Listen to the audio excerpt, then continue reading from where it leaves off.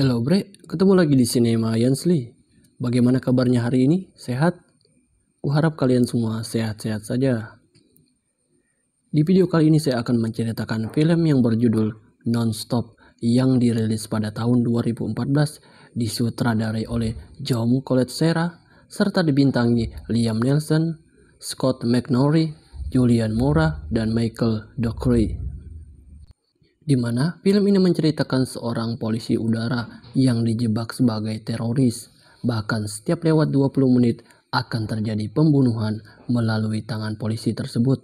Asli, ini film susah untuk ditebak. Namun sebelum masuk ke pembahasan, sebaiknya kalian subscribe dan aktifkan loncengnya agar saya lebih giat lagi membuat video selanjutnya. Tanpa banyak bacot lagi, siapkan posisi paling enak. Ini dia filmnya.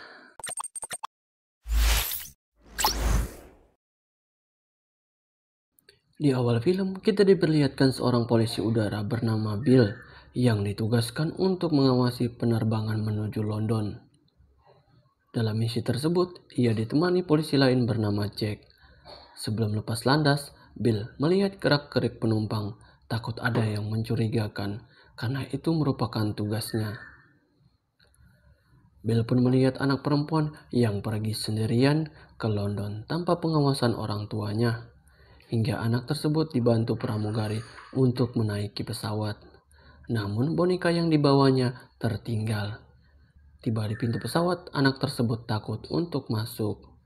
Hingga Bill menghampiri anak itu dan mengajaknya ngobrol, yang membuatnya mau untuk masuk ke dalam pesawat. You can show him how it's done. I can. I think Henry's a little scared. Maybe. Terlihat seorang wanita bernama Jane ingin bertukar tempat duduk dikarenakan ia mengalami sedikit ada trauma pada dirinya yang mengharuskan ia duduk dekat dengan jendela. Mungkin tujuan lainnya agar bisa melihat pemandangan dari atas pesawat. Hingga seorang pria berkulit hitam yang duduk di sebelah Bill mau bertukar tempat dengan dirinya. I was wondering if Sure, why not? Oh, thank you. Saat lepas landas, terlihat Bill menggulung Vita ke tangannya. Nampak Bill seperti ketakutan, hingga Jane pun memegang tangannya mencoba menenangkannya. Padahal ia merupakan polisi udara yang hampir tiap waktu naik pesawat. How old's your daughter? Saat pesawat tenang, Bill pergi ke WC. Bukan untuk menyetor benda yang mirip emas, melainkan untuk menghisap sebatang rokok. Sepertinya Bill mulai sakit kepala, susah berpikir karena kurangnya pasokan asap pada dirinya. Saat pasokan asap telah diproduksi, Bill kembali ke tempat duduknya. Tidak lama, HP-nya pun berbunyi, yang menandakan SMS telah masuk dari seseorang yang tidak bertanggung jawab yang biasa disebut peretas.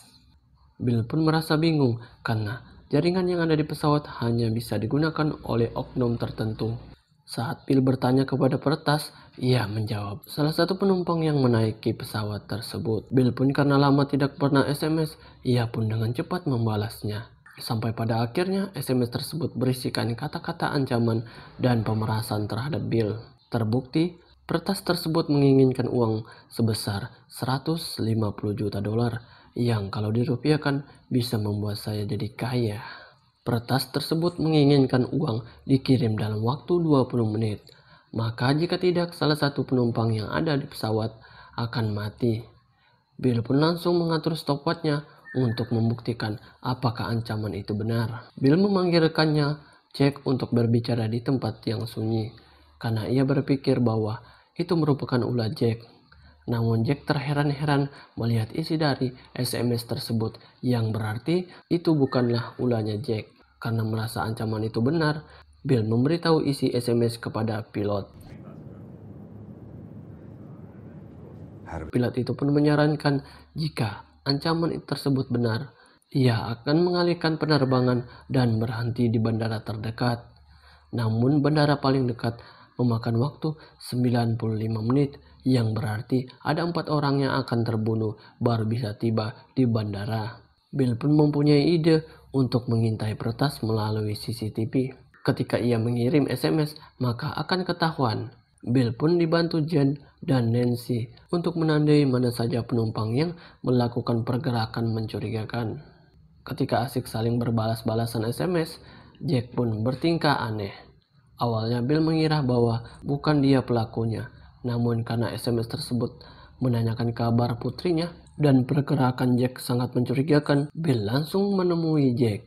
Jack langsung menghajar Bill yang membuat mereka saling baku hantam dalam WC, membuat Jack tewas di tempat, tepat pada waktu 20 menit.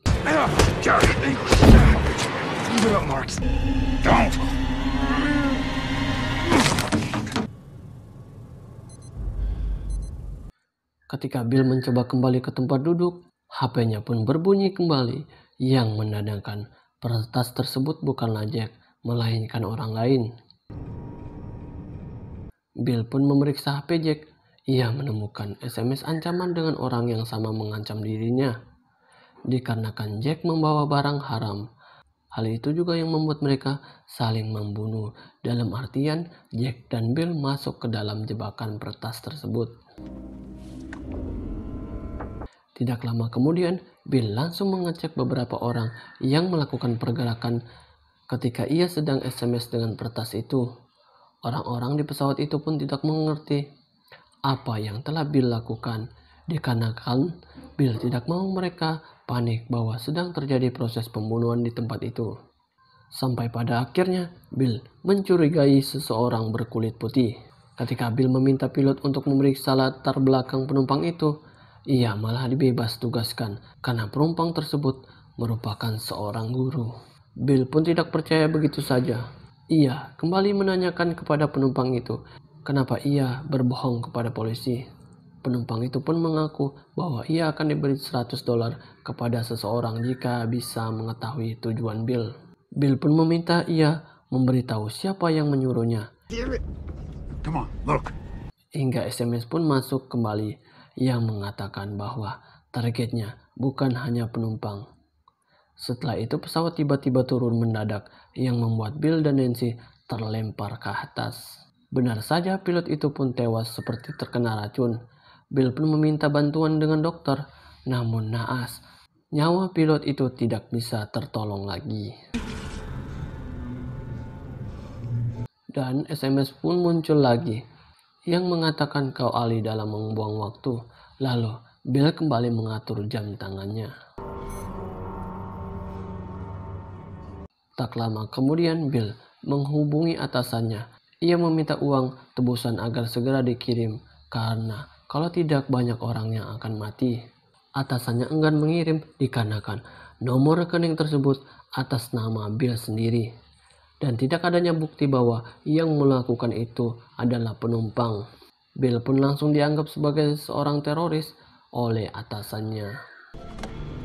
Saat Bill kembali ke tempat duduknya menghampiri Jen dan pria berkulit hitam, Jen pun menjelaskan bahwa pria tersebut merupakan seorang pro gamer yang bisa dikatakan peretas.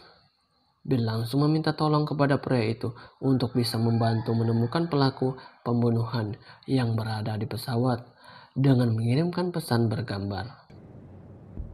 30 minutes? Benar saja ketika gambar itu dikirim, salah satu HP penumpang berbunyi yang berasal dari seorang pria berkulit putih. Sontak Bill langsung menangkapnya dan menanyakan perihal perbuatannya. Namun pria tersebut tidak tahu hingga pria itu tiba-tiba tewas seperti terkena racun yang berarti ia bukanlah pelakunya. Bill pun mulai stres, bingung, otaknya buntu. Ia pun kembali pergi ke WC untuk menghisap sebatang rokok agar bisa memulihkan pikirannya kembali. Tak lama kemudian Bill mendapatkan petunjuk dari asap yang telah keluar dari sebuah lubang, tepat mengarah ke tempat duduk pilot yang telah tewas sebelumnya.